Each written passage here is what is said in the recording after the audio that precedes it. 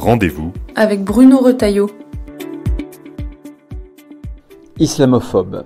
C'est cette fausse accusation que de vrais lâches ont inscrit sur les murs de l'Institut d'études politiques de Grenoble à l'encontre de 2 professeurs de l'IEP.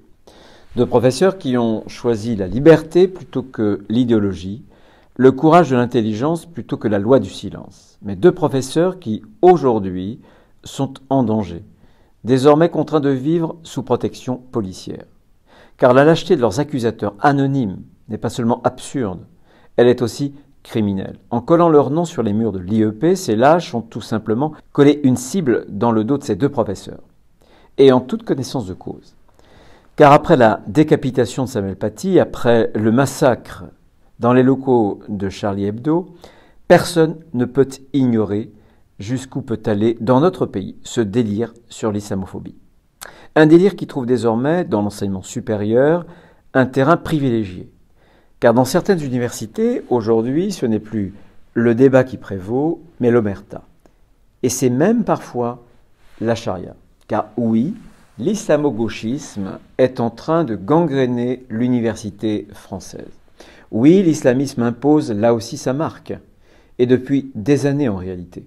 Certains font semblant de découvrir un problème qui pourtant ne date pas d'aujourd'hui et que nous étions trop peu à dénoncer hier.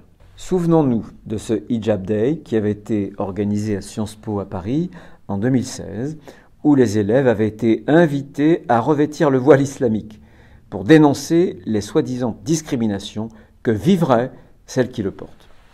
Rappelons-nous aussi de l'annulation de cette conférence sur le terrorisme islamiste à la Sorbonne en 2019, sous la pression de certains syndicats. Tout cela était su, tout cela était connu. Simplement, on a préféré fermer les yeux. Aujourd'hui, le problème est tel qu'il nous saute au visage. Mais comment s'en étonner ? Ce que j'attends du gouvernement, c'est qu'il fasse respecter un principe clair.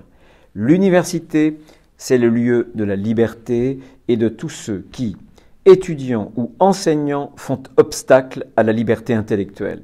Tous ces décoloniaux, tous ces soi-disant antiracistes qui se comportent comme les pires des ségrégationnistes.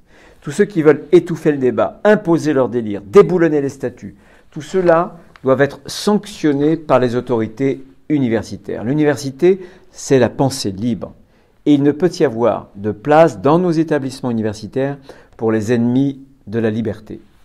Mais si cette affaire à l'IEP de Grenoble met en évidence toutes les raisons que nous avons de nous inquiéter, elle met aussi en lumière de vraies raisons d'espérer. Car ces 2 professeurs, par leur courage, par leur refus de se taire, ces 2 professeurs démontrent que face au virus de l'islamo-gauchisme, du terrorisme intellectuel, nos défenses immunitaires n'ont pas été totalement annihilées. C'est vrai, à l'université, mais aussi dans l'enseignement secondaire.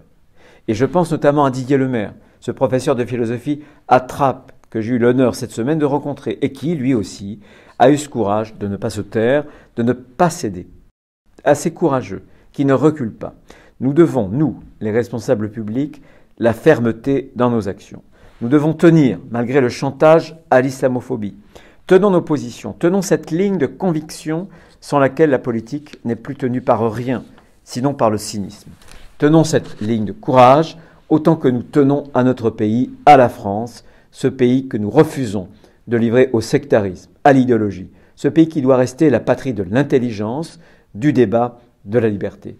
Car c'est cela aussi l'esprit français. Merci à tous pour votre fidélité et à très bientôt.